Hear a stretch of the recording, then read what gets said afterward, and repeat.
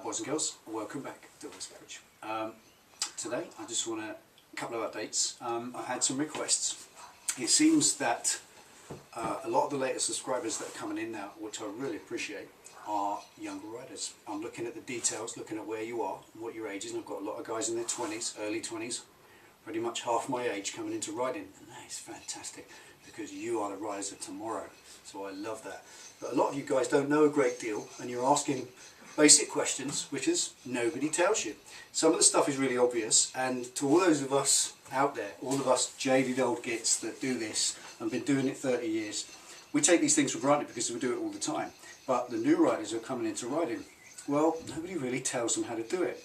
It's simple things. Just the other day we did the belt tension and the belt care. Before that I've done things like cleaning and adjusting a chain.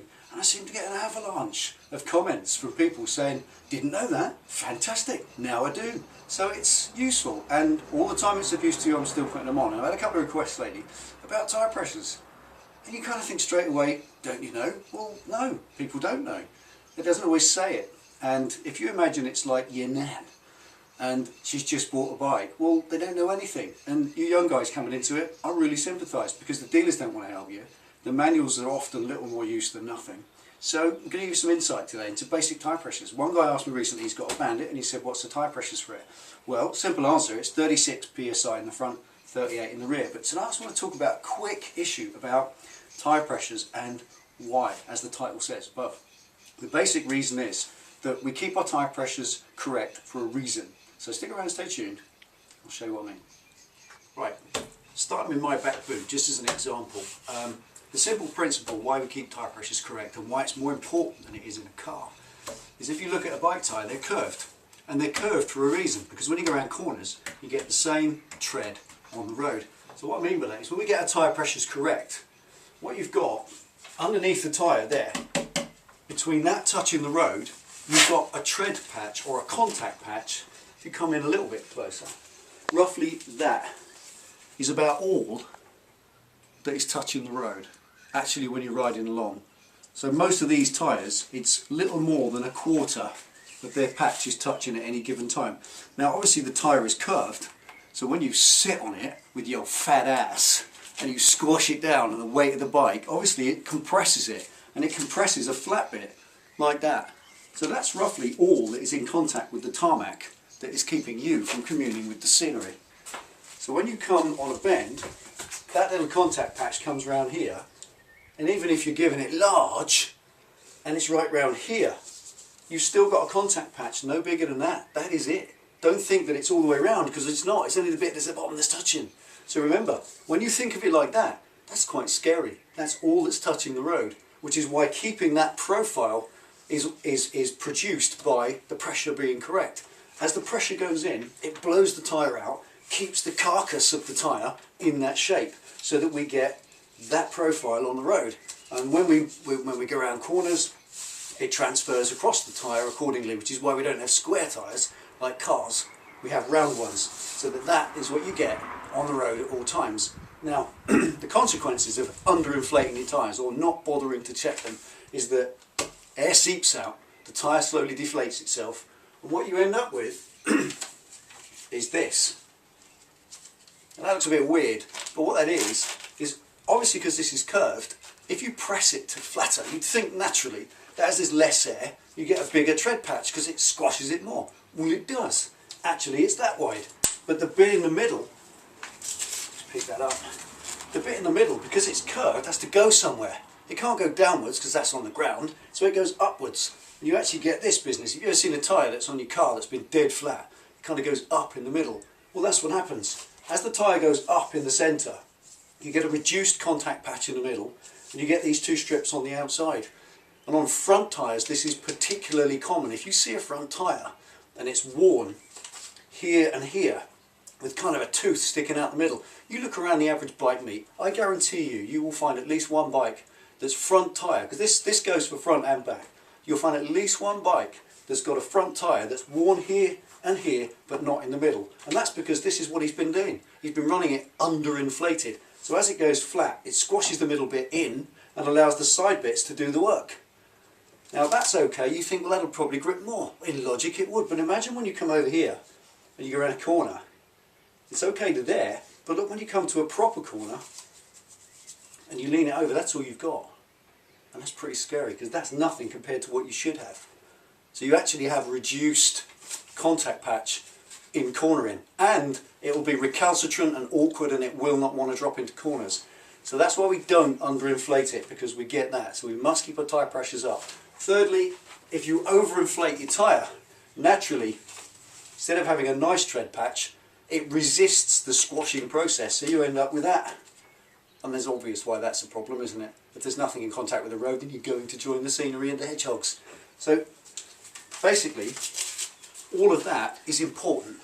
The reason we keep our tyres correct, now there are a couple of reasons why you would deliberately overinflate a tyre.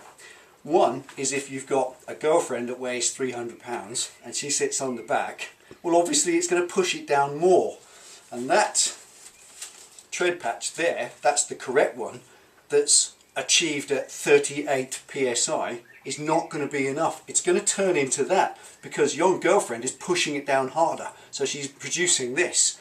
So you need to put some more air in to return it to that. So if you're carrying a pillion, bung some more air in. What I'm doing, my pillion, Missy P Camera Girl, she's light, so I put about an extra 2 pounds in the back, so I go from 38 to 40 pounds, and it keeps my tread patch correct.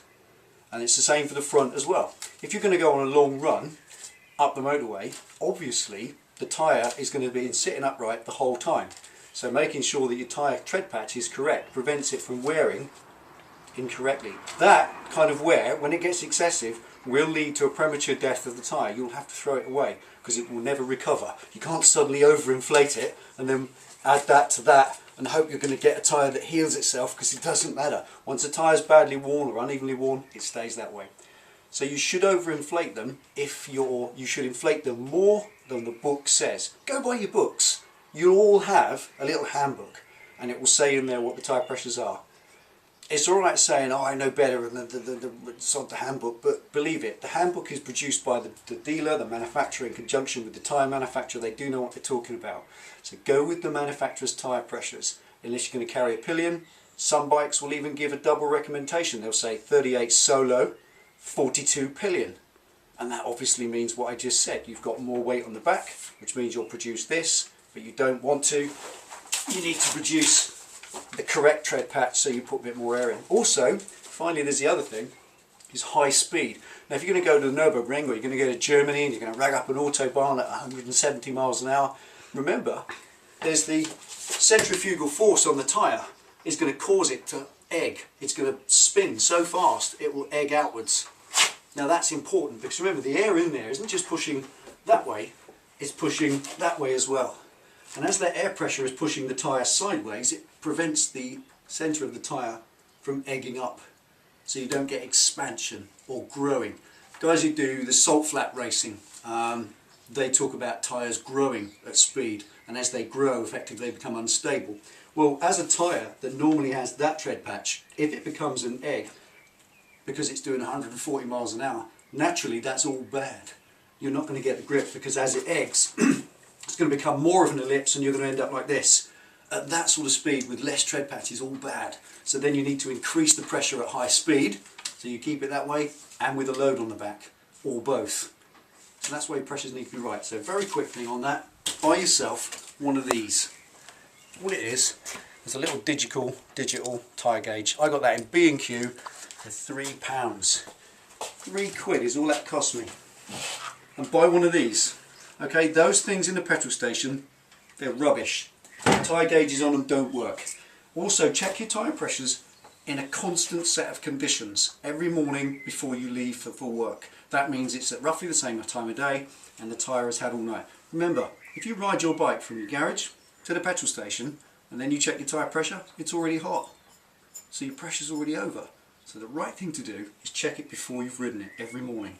Make sure it's 36 in the front, 38 in the back. All bikes are different. Missy P Camera Girl's Harley here, it's only 32 in the front recommended, and 36 in the back. And that fits correctly for that bike. So whatever your bike's recommended, go with that. And it's always in your little manual. Make sure you keep them checked before you ride the bike. And understand, do a little bit of thinking.